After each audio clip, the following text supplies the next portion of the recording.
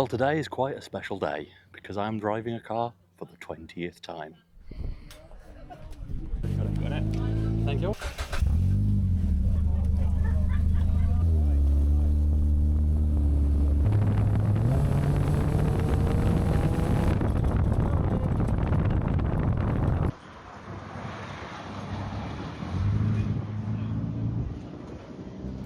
Hello, I'm Droopy Designs, a visually impaired gamer, streamer and livery designer, and you join me here at Bicester Motion, and we are here with Speed of Sight for my 20th driving experience. So Speed of Sight is a charity that gives driving experiences to blind, visually impaired and disabled individuals. The cars are purpose-built MEV Exocets with specially adapted controls, full steering, throttle and brake on both sides of the car. And the charity tries to cater to as many different disabilities as possible.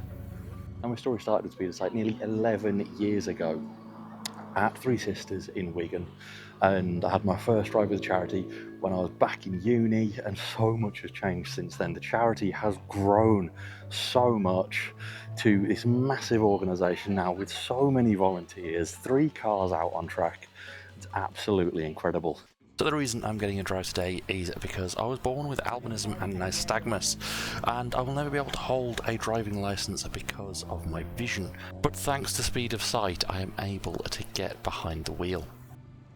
It is our first time at this location, and the circuit looks fantastic. Quite fast and flowing, as you might be able to hear the engines off in the background.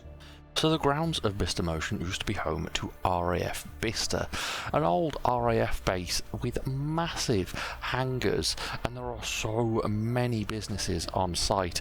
Modern day technology mixed with heritage and companies working on restoration.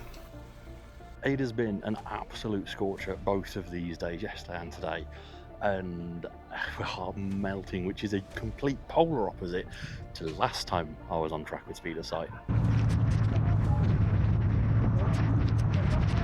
But after 2 days of melting in the sun, volunteering with the charity and helping so many others achieve their dreams of getting behind the wheel, it was finally time for me to get strapped in and out on track. So here we are, me clambering inside the MEV Exocet.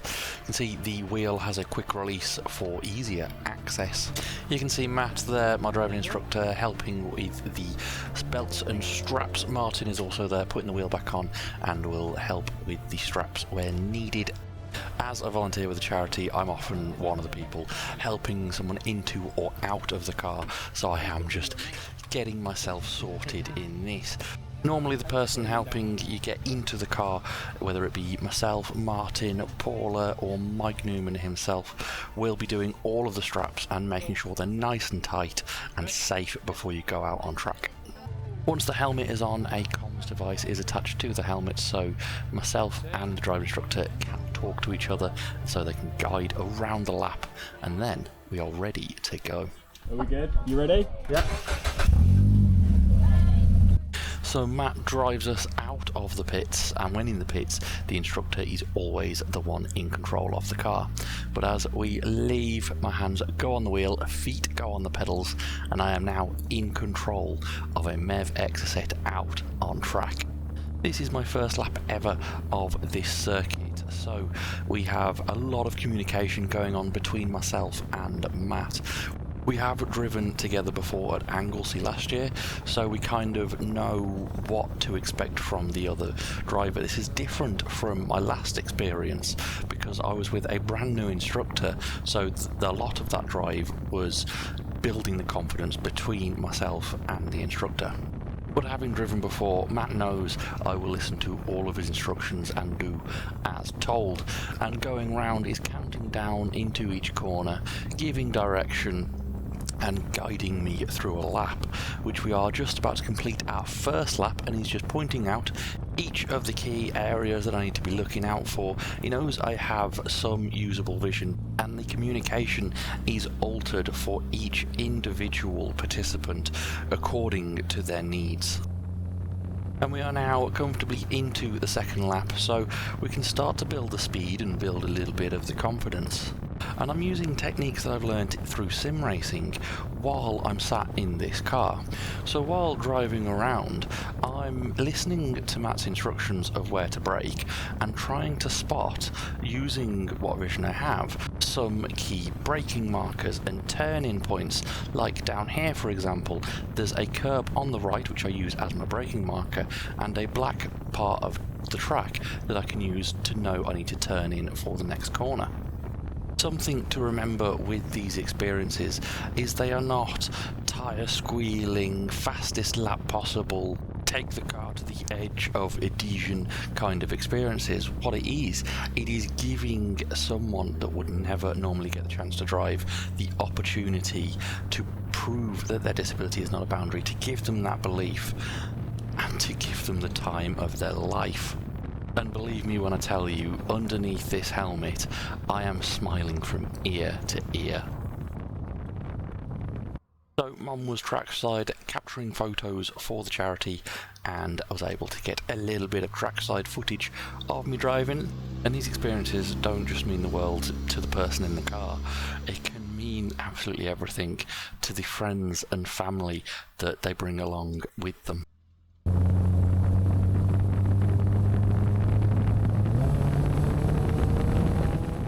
So as we can hear there, with the engine revs rising, the speed is starting to build. I was starting to remember the lap and get more confident behind the wheel, and that communication between myself and Matt was continuing on each lap.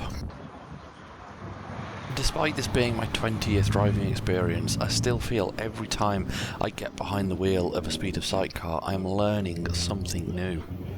Whether it be learning a brand new circuit to myself like Bicester Motion, or brand new conditions like the last time I was out at Croft, every single time I get behind the wheel I learn something new. But over the years, the single biggest lesson I've learned is how important it is to be smooth with all of the controls. And I feel this camera angle really shows that. All of the corners are just one sweep in with the wheel and a smooth sweep out, and especially through this section where there's the little kink right onto the brakes and just braking in a straight line, turning the car in one fluid motion, and then as the circuit comes back to the right again, just easing the steering in that direction. It keeps the car nice and under control. You're not yanking the steering all over the place, meaning it's being unpredictable. And it's the same with the throttle, as you can hear through this, the first two corners on the lap here, just easing that power in down the back straight. The other thing this camera angle shows is how well engineered these cars are. Especially with the steering, it is one joined system, two sides of a steering rack put together, and there is no play in the steering whatsoever. So what happens on one side of the car happens identically on the other. And that gives both the instructor and the participant confidence, because the instructor knows what they're feeling through the wheel is what the participant is feeling.